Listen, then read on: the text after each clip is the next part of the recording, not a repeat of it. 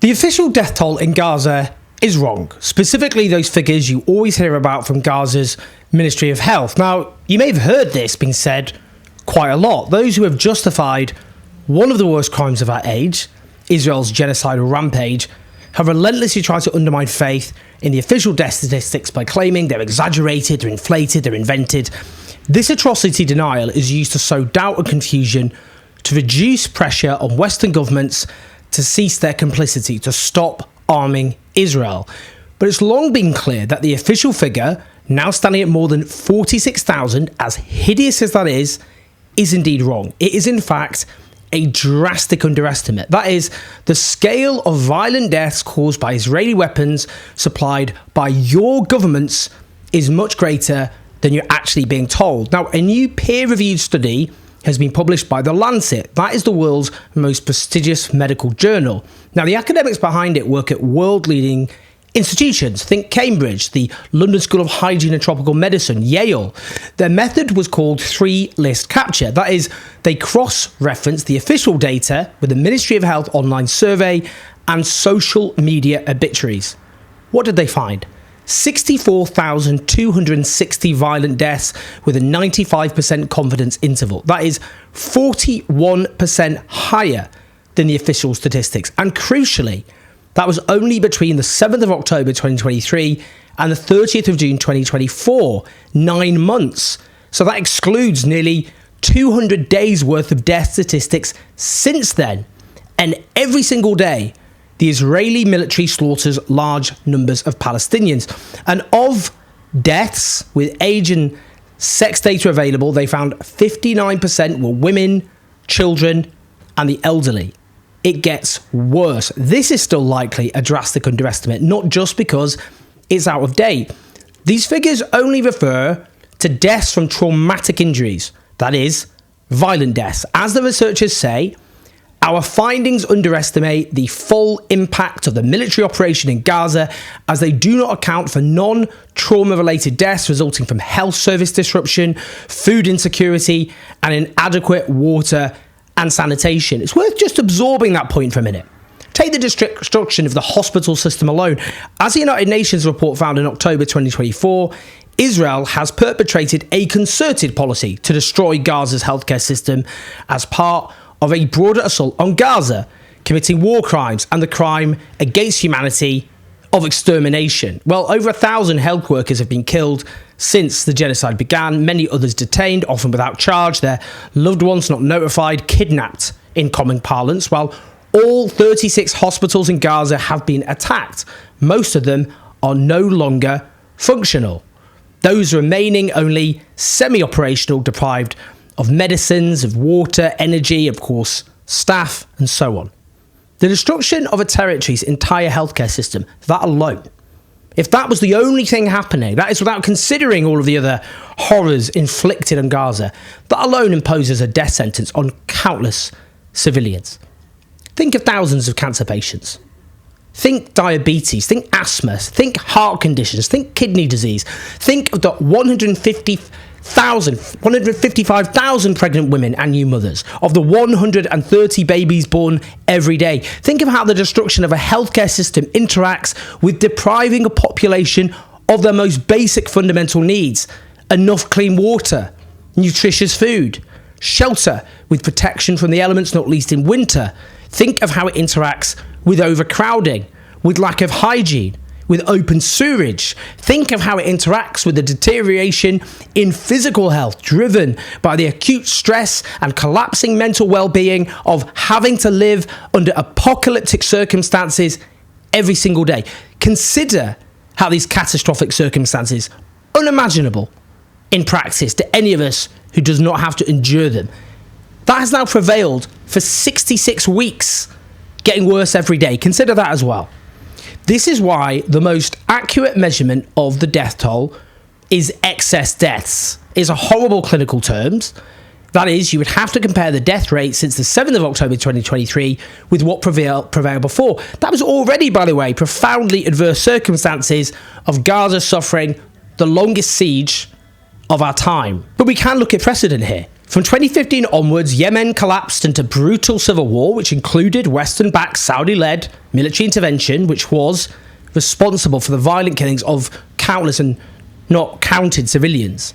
According to UN estimates in 2020, over the space of 5 years, that war caused 233,000 deaths.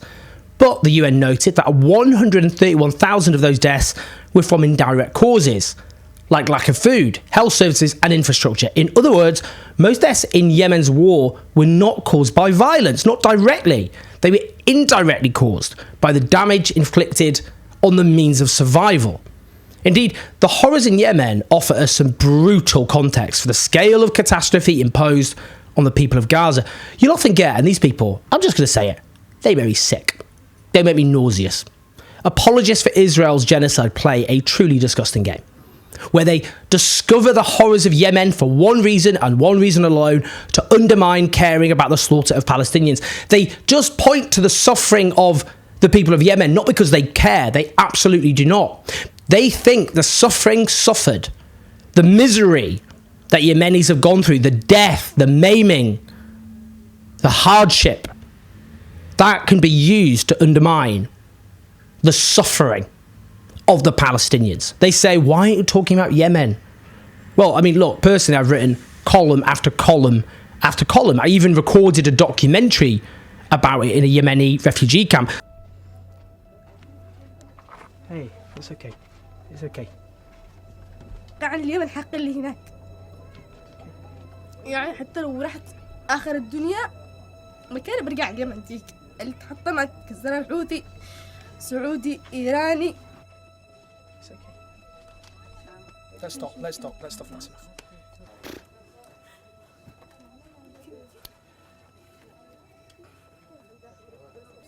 Can't even begin to imagine what someone that, for someone that age to go through that amount of cruelty is just pretty difficult to understand and appreciate. So I'm certainly not someone who would ever belittle the horrors of Yemen. I remember I went to this refugee camp and I met little kids, and they drew pictures like kids often do. But the pictures they were drawing were not of cute animals and kids playing on swings. They were of buildings on fire and corpses, bodies, lying in their own blood. I know the horrors of Yemen are shocking in their own right. And it is not to belittle what Yemen has gone through, to point out that Gaza's fate has been much, much worse. It is simply to state the gravity of what Gaza has gone through. In Yemen, which was the world's worst humanitarian crisis, those 233 deaths were over the course of half a decade. To compare like and like, the violent deaths were an estimated 102,000 over 5 years. The estimated violent deaths in Gaza are 62,260 violent deaths over the space of 9 months. The absolute numbers there, in terms of an annual rate, is much worse in Gaza. But it gets so much more disturbing. The pre-war population of Yemen was about 30 million. The pre-war population of Gaza, between 2.2 million and 2.3 million. Much, much lower. Way under 10% of the population. So just going on the direct violent deaths, the rate of killing in Gaza is so much higher. If you went by the official death toll of Gaza, which is clearly a dramatic underestimate, and it's violent deaths, that means around 2% of Gaza, or 1 in 50 Palestinians, have suffered violent deaths since the 7th of October 2023. If you go by the more accurate figures of the Lancet study, around 3% of Gaza's population suffered violent deaths in the first 9 months, which is around 1 in every 34 people living in Gaza being violently killed in the time it takes to conceive and deliver a baby. That's without having any idea, any proper, accurate idea about the number of indirect deaths, which we know from Yemen were significantly higher than the direct deaths. And Yemen as a whole did not suffer the total level of destruction that Gaza is. It suffered terrible destruction. I'm not going to deny that. Horrible levels of destruction. But not apocalyptic like Gaza. And it should be noted that there were multiple parties guilty of the killings in Yemen. The Saudi-led coalition, obviously a very big contributor, but not the only one. And in Gaza, it's the Israeli state responsible for the mass slaughter. That's why a study by Israeli newspaper Haaretz, all the way back in August, found that Gaza was Gaza's so-called conflict, and I say so-called conflict because it's too asymmetrical to call a conflict, but for want of a better term, they found it was one of the bloodiest of the 21st century. No, they used the official death toll, that is the underestimate. And they found that, for example, 405,000 were killed in Syria's civil war over the course of 13 years, or around 2% of the population. They noted that was the same proportion as Gaza in the space of 10 months. They note, looking at Ukraine, hideous numbers, but they know a much smaller proportion over a longer time period. And indeed, despite Putin's undeniable war crimes, a large majority of those killed there are soldiers and what is a meat grinder. The Israeli state will clearly go to great lengths to prevent the world from ever knowing what it has done properly, that is, to Gaza. We rely on the work of the lions of the world's press pack, the journalists of Gaza, who have suffered the biggest slaughter of media workers in human history, as they desperately try every day to show the world the scale of the depravity.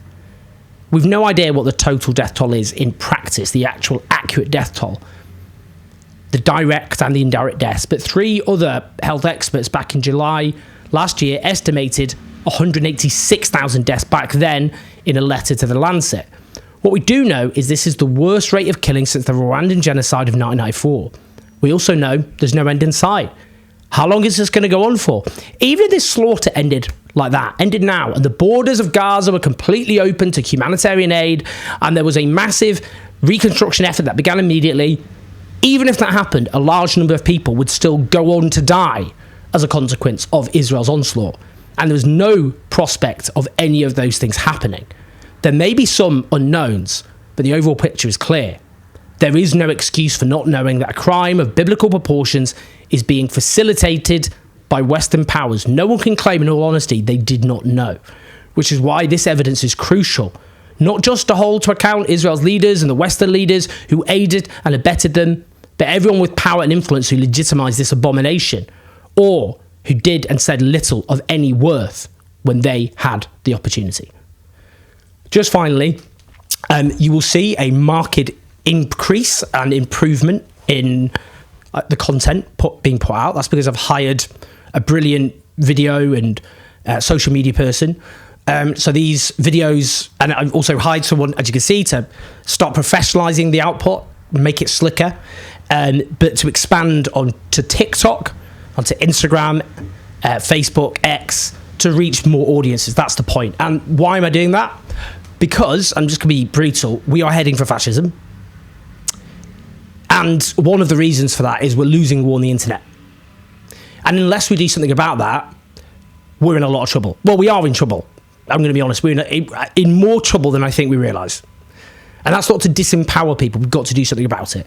Now, one of the things I want is to try and, which I'll be talking about a lot more, is to try and push the idea of a social media unit which works with other people on the left, other voices that need to be heard to a mass audience, to reach particularly people who at the moment are just getting bombarded constantly with far-right propaganda on social media. And that's politicising and radicalising people in the wrong way. We've got to be there. But what I'm doing on this channel is now I'm going to start a massive expansion of the content I'm doing on all different channels. And I can only do that, of course, because I've hired actual professionals to do it. And I've hired those professionals because of you, because you allow that to happen. So you're going to see a marked improvement and increase in content.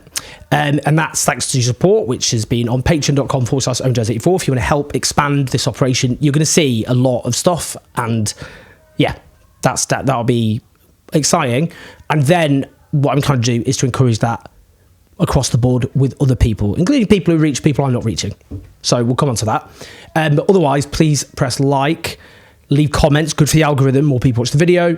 The podcast will also now be sorted, I promise. Subscribe, and make sure you press subscribe so you get all the notifications. I'll speak to you in a bit.